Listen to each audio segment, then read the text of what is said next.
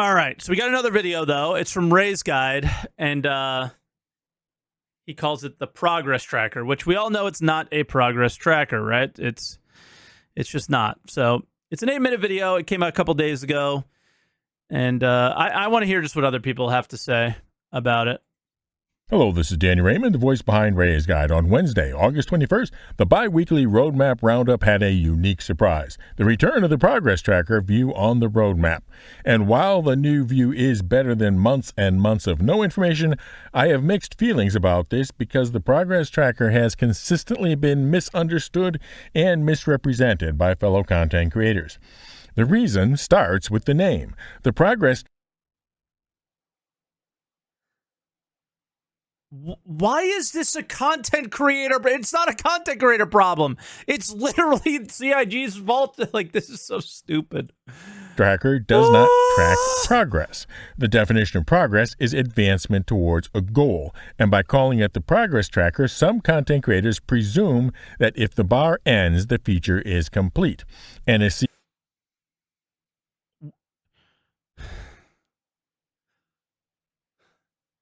this is not just like, why are we saying content creators, Roy? This is really dumb. I'm sorry. Other people exist other than content creators. CIG has often said the end of the bar only measures the end of the work assignment has happened. Work does not always mean progress. The difference between work and progress is effectiveness, and effectiveness is something every manager wishes that they could control but can't. So you might think of these as work assignments, except they aren't really work assignments either. They are time assignments, and time even less means work because there are always inefficiencies and distractions. They're showing us like the shittiest version of their schedule. So at the end of the time bar, the feature might be complete or it might not be complete and shelved for some other priorities, or it might have even been found to be impractical to achieve and dropped. We have in the past seen examples of all three. Beyond that, the old iterations of the Progress Tracker tried to give the impression of who was working on a feature and how many people were. The new iteration only shows the topmost level category of whose manager owns the feature and not the downstream disciplines that are actually doing the work on it. So why all these new limitations? The reason was that last year when Squadron 42 went from feature complete to polish, CIG decided to change how they were organized and to percolate that change across not just Squadron, but also Star Citizen development. The reason is siloing. When you are looking at creating a feature, it is easy to decide what kind of feature it is and to give the team focused on that kind of features. Problems, on the other hand, do not have simple classifications. Solving a problem frequently, approaching nearly always, involves multiple types of people, often assembling a mix of people specifically intended to solve that particular problem. This approach was popularized in the consulting industry under the term Tiger Teams and is regarded as a key tool in agile software development. But problem-specific ad hoc teams are hard to put in a simple bar chart, which leads to the problem of how the Progress Tracker is presented. It sort of looks like a Gantt chart, a very specific project management tool that is still the mainstay of project management in construction and other industries. In a Gantt chart, the end time of the bar is task completion, and there's usually a parallel bar that shows % of the task completion that is regularly updated. In addition, there are... Why is he talking like this? Why are people talking like this? Why are we talking like this? What is the intention of this thing? What is the intention of this thing? Who is it for? It's not for people who work at the company. It's not for investors. It's not for anything like that. It's for fucking video gamers. It's for video gamers. Lines indicating dependencies between tasks. You're not helping. Gantt charts are used in construction because they are focused on one thing, providing the owner. I don't need to know the history of Gantt charts, dude. You know what I mean? And this isn't on Ray or anything like that. It's like the whole point of this thing is it doesn't do anything for the audience that's looking at it. With a reliable move-in date and visibility on where and why it might be slipping. But in order to accomplish that, it must be rigorously maintained on almost a real-time basis for a large project. But software is not so certain. You can't look at a piece of code and see how much more coding hours is needed on it, or a piece of art and how much more work is needed to finish it, the way you can measure the I mean, you can't, but a lot of companies do it a lot better than quantity Star of concrete Citizen that does. has been poured, and how much more concrete still needs to be poured, because unlike game design, construction is, well, more concrete. So the most that the progress tracker, despite its name, can be looked to is an indication of what top-level managers are supposed to be focused on, and the rough idea of how much longer they think they will need to be focused on it. And with that framing out of the way, so what is actually good for if everything is uncertain and variable, and there's no way to be sure if it actually connects with the actual progress or completion? Well, it gives a window into what CIG wants to happen. First of all, any bar that goes to the end of December. We don't need another window. ISC is a window into that. SCL is a window into that. The roadmap update's a window into that. The monthly report is a window into that. Citizencon is a window into that. How many fucking windows do we have? When are we going to have a door we can walk through? This year is meaningless. That's simply the end of the planning year, and it is simply as far out as they are willing to draw the bars until next year's planning process. It absolutely should not be taken as the feature of base building or crafting or whatever is going to be done at the end of the year. It means that it is not going to be done at all this year, maybe not even next year. We'll learn that after the planning process next January. That also applies to the 4 teams doing cleanup on Squadron 42. Do not presume from the roadmap that cleanup and polish on Squadron 42 isn't going well into next year or even beyond. So what about the bars that don't go to the end of the year? From there we know, and obviously CIG knows, that Citizencon is in late October and the IAE Expo is in mid-November. Those dates are in concrete. So look at the items that show completion dates in October. Those are all the features that CIG expects to be able to show, completed and in or about to enter testing at Citizencon. He literally showed... When he's talking about that, he literally showed the Polaris that's not going to be shown and in testing until here. It's literally announced for IAE. It will release at IAE. Am I crazy? They said it will be released at IAE. I just want to confirm. Okay. At Citizencon.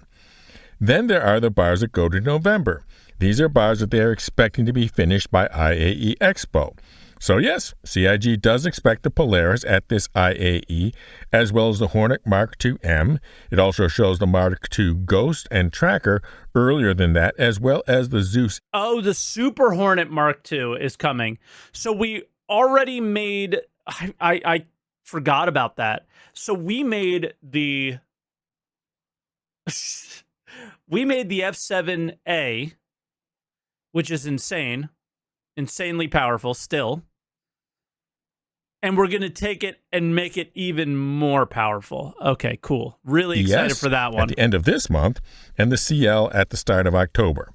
I suspected all of these ships, in their flyable price increases over concept, to be part of the Citizencon-related ship sales. It also means there are several unannounced ships at IAE.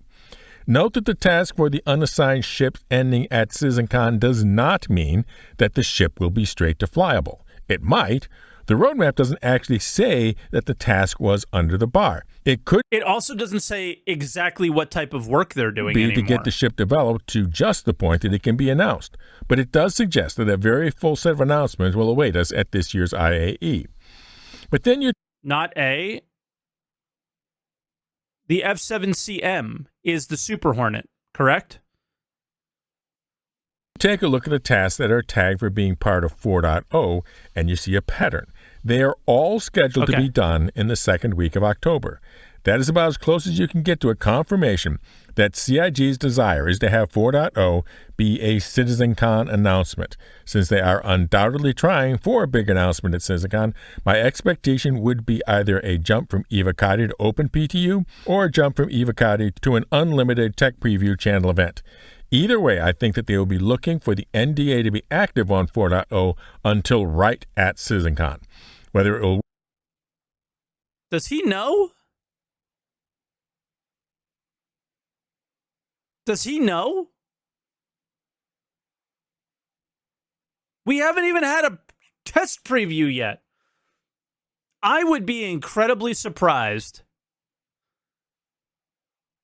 if we are in a PTU that's Evocati or any kind of 4.0 around the time of Citizencon. I will be incredibly surprised. I will be very happy, but I'll be very surprised. I imagine it's going to be very much tech preview. If he means tech preview by what he's saying, then I apologize for misunderstanding, but you said Evo and PTU. So that's like pretty much daily updates, coming to that pretty consistently. Test previews not really like that. Test previews kind of like one-off things. They go on for a little while, gather the data, go back to the drawing board on some things, deal with that feedback, and come back a little bit later. That's my expectation for around Workout SitCon. depends on factors that I don't think CIG even knows certainly or has control over. But this new progress tracker definitely opens a window into their desires. And now for an update on our ship giveaways. To start with, we have a special membership level to cover the cost of doing... What about our desires? What about our desires? I'd love to know what our desires are. Because, yeah. All right, let's see what giveaways you can win from Ray, by the way. Let me link to you guys the video. For Hull C, the colossal cargo container carrying craft. And although I am definitely expecting to make the trip to Manchester now, the giveaway will still occur even if for things that I can't foresee. Not to disrespect the creator, but who cares? I mean, around the progress tracker, I don't think anybody cares. So you're not disrespecting the creator or anything like that, right? It's you're just saying that I don't care. When you say who cares... I mean, obviously he might a little bit, and a few other people do, but I don't think the majority of the people who are interested, 1% in Star Citizen to the people who are interested 80% into Star Citizen really care about this thing, right? They probably don't, but I'm just guessing. And then somebody will write in the comments, SaltEMike, it's my favorite thing. I look at the progress tracker all day, every day, and I take notes on it, and everything changes. And when it does, I make note of it, and it's the greatest day of my life. And you know what? That's great. Good for you. But I think the overall community does not feel that way. And I think they just want a good game. I think there's a lot of people sitting on the sidelines waiting to play something tangible and good. And those people, while waiting, have probably found other things that they're interested in right now. And it's going to take something like a Citizencon. It's going to take something like a big creator or something like that to be like, yo, this game's fun. Hello. All those people, hey, you remember this? It's fun now. And that's what it's going to take. The live coverage has to be done remote. Plus, we have our regular... Big creator? Yeah, usually that's what it would take. The creators have... Really large creators have this insane amount of reach that is like unimaginably huge that I don't think you can comprehend, right? Like, let's put it this way. I am a tiny creator, but Weekend Review gets 20,000 views every week. That is a basketball and hockey stadium. Bots, all right. Why am I even responding to you? You're such an idiot. There. Go away for today. You're just being a troll. You're being annoying. The idea of the amount of reach that a creator like that has is enough to be like, oh yeah, like there's going to be a lot of people that'll be like, oh yeah, I remember that game, right? And then be like, I have a package, or I remember that game. Now it kind of looks like it's time to play, and then you get your $45 package, and then you realize that doesn't do anything. So you get your $100 package, and then you realize that's not quite good enough. And then you get a prospector, a reclaimer, a mole, and then you start going crazy. I think but in order for that to happen and work, you have to focus on the game and not this dumb shit that nobody cares about. Is the point I'm For the trying to channel make. ship giveaways for the Zippy Zazzy Zaftings ever, the Zeus 2 Here's the cargo, giveaways, though. which we're just waiting on the subscriber goal for, as well as the marvelous multiplayer multi-role mining meta, the Arasta. 1 entry per video. Be a member for automatic entry with each video, or subscribe and comment, somehow including the secret word. And the secret word for this video is the construction material that I use as an example. Fly safe, keep it real. I'll see you in the verse. This is Daniel Raymond for Ray's Guide. All right. So that was the video. I'm tired of Windows into the development, into what you plan on doing. I don't want to look through any windows. I don't want to be, this is how I feel. I feel like I'm going, got any gameplay in there? Got anything fun? I'm tired. Let me play the game. Let me play the game.